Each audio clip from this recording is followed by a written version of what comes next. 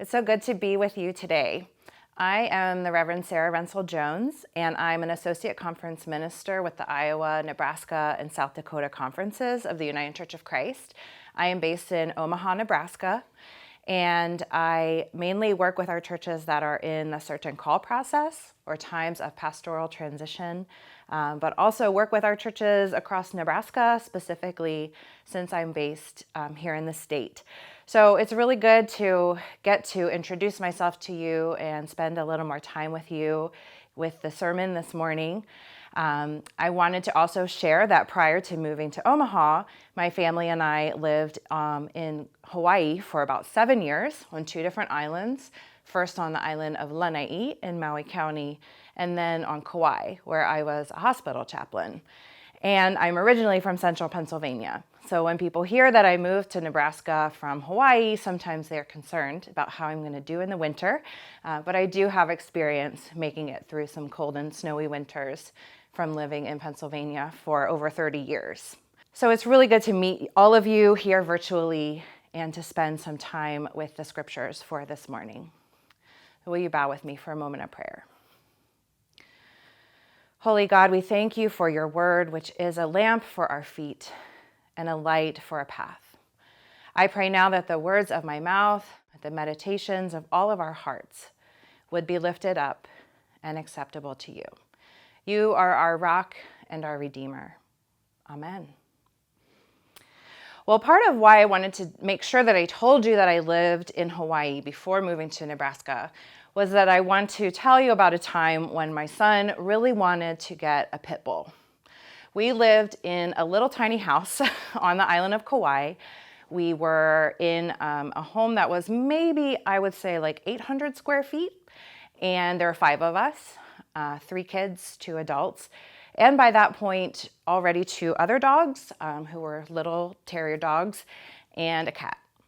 And my son decided that he wanted to get a pit bull puppy because a teacher of his at school and her family had just had a litter with their dog. And so I said, okay, number 1, we can't do that because we rent this house and we can't have any more pets and we really don't have room. But my son went and made a PowerPoint presentation to show me about why he should get a pit bull puppy. He went and made a 32-point list that he printed out to share with me about why he should have a pit bull puppy. And ultimately, we did not get a puppy. It was not a possibility for our lives at that time. But I was so impressed by his persistence and his tenacity. I told one of my coworkers at the time when I was a chaplain at the local hospital, she was a social worker, and she said she read the list to her husband, and they both thought that we should get the puppy. But alas, it was not to be. When I was a kid, I often would pester my mom. She would say that if I had learned at one time that I asked 99 times and she said yes on the 100th time, that the next time I was asking for something and she said no 100 times, I would ask that 101st time to get her to say yes. And I remember that when I did finally wear her down, she did not like it. Even if I got what I wanted, I came away feeling as though I had done something wrong. I had just gone too far. And even if I got the object or the item or the experience that I had thought I so desperately wanted, I also knew that emotionally I had done something to my mom. And I didn't like that feeling. And so I think in my own experience, I learned to be less and less persistent. I learned that people don't like it if you ask for something too many times. If you're told no, sometimes you just need to accept that answer and move on. But part of why I like this story about my son and the pit bull is because I really, really respect people who are persistent. I respect people who keep showing up, keep asking for what they need, keep advocating on behalf of others, even if they actually know deep down inside the answer might not ever be yes. They keep showing up. And so in our scriptures for today, we actually have 2 different examples in different ways of how people keep showing up, of a tenacious faith that also confronts God. In the gospel lesson, we have this story of the unjust judge and the persistent widow. And we are told that This is an example of how we should pray, that we should remain faithful in prayer and keep our hearts open. There's an unjust judge who apparently, from his own words that Jesus repeats in this story, wants to basically hang out and not really do a lot of judicial work. But we're told that every day this widow comes to him and persists in advocating for her own justice against her opponent. And the judge says, I don't want to give her what she wants, but because she will not leave me alone, I will grant her what she is asking for, so that she will go away. Basically what he is saying. And we are told that this is not how God is. God doesn't give us what we want because we wore God down. And of course, as we all know, God doesn't always give us what we want. But it's that act of persisting in prayer, of keeping our hearts open, of maintaining that opportunity to believe that God hears us and God is listening.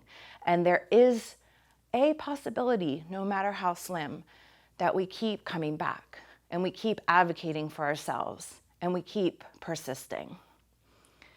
And then when we look at the first reading for today from the Hebrew Scriptures, we have the story of Jacob.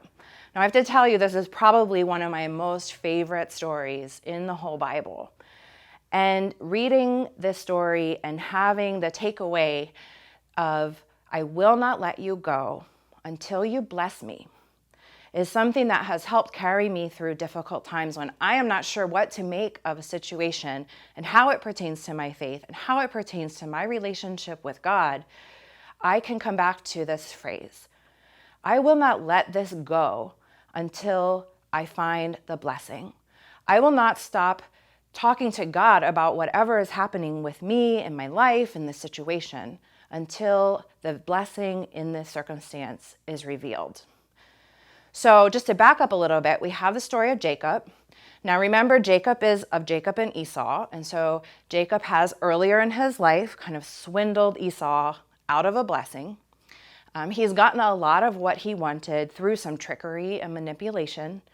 And now at this scene, before this time, when we hear this phrase, I will not let you go until you bless me, Jacob is by himself at the river Jabbok. He has sent ahead of him a caravan with gifts that include livestock, money, other offerings, other goods to his brother Esau because he's going to go meet him.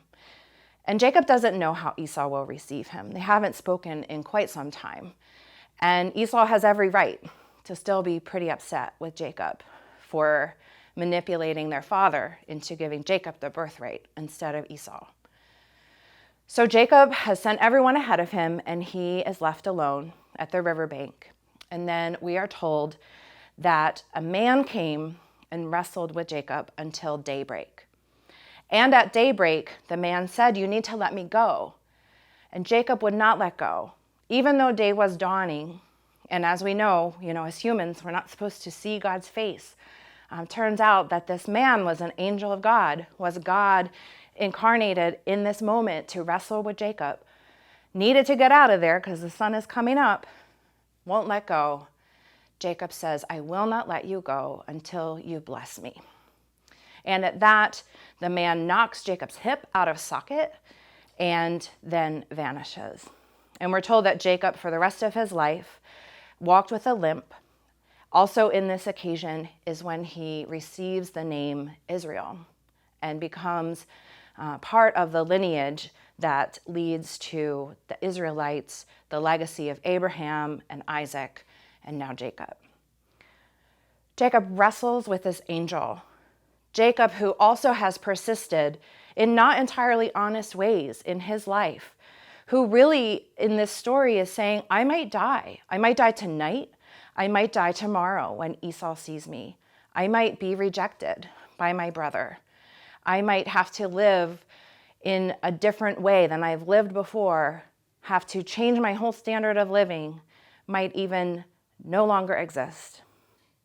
A man comes and wrestles with him, and Jacob says, I will not let you go until you bless me. And he does receive a blessing. What is a blessing? A blessing is when we are seen. We are seen for who we are. We are named. We are loved. Doesn't mean that we get everything we want. Once again, just like the story of the widow, she does get her way, but the promise is not that we will get our way, but that we will get a blessing. We will come away from these experiences in our lives with something when we demand a blessing. Some of us are worried about our finances. Some of us are worried about health situations with our families. Some of us have struggles with addiction or with depression or anxiety. Some of us worry about being housed. Some of us are concerned about relatives far and wide and our relationships with them. We're worried about politics and the way that the world is going, the decisions that our leaders are making. These worries weigh on us. And sometimes we ask, where is God? Where is God in this? Shouldn't God be doing XYZ thing that we think God should do? And of course, we know that there is a standard of justice in what we want to see. And many times we have to live with injustice for many years. But in the midst of any situation, I really, really believe this. The time that I spent in hospital chaplaincy, watching people deal with the unthinkable diagnoses that came their way, watching people accept tragedies that happen around them, it doesn't mean that we just acquiesce, that we just give up, but that we ask for the blessing. It doesn't mean that the blessing comes to us like a magic wand and just makes everything better, but that there is something that we can take away. And so I hope that you can carry with you this idea that no matter what is happening in your life, no matter what is happening in the lives of those around you, there is a blessing. Somehow, through the struggle, you can demand of God a blessing. And so I invite you to keep your hearts open, keep showing up, keep going before whoever in your life might represent that unjust judge. Keep going to God in that way. Don't cut off contact, but keep showing up before God and demanding a blessing, knowing that it is there and that it will reveal itself to you. May God bless you, and may God bless our time together. Amen.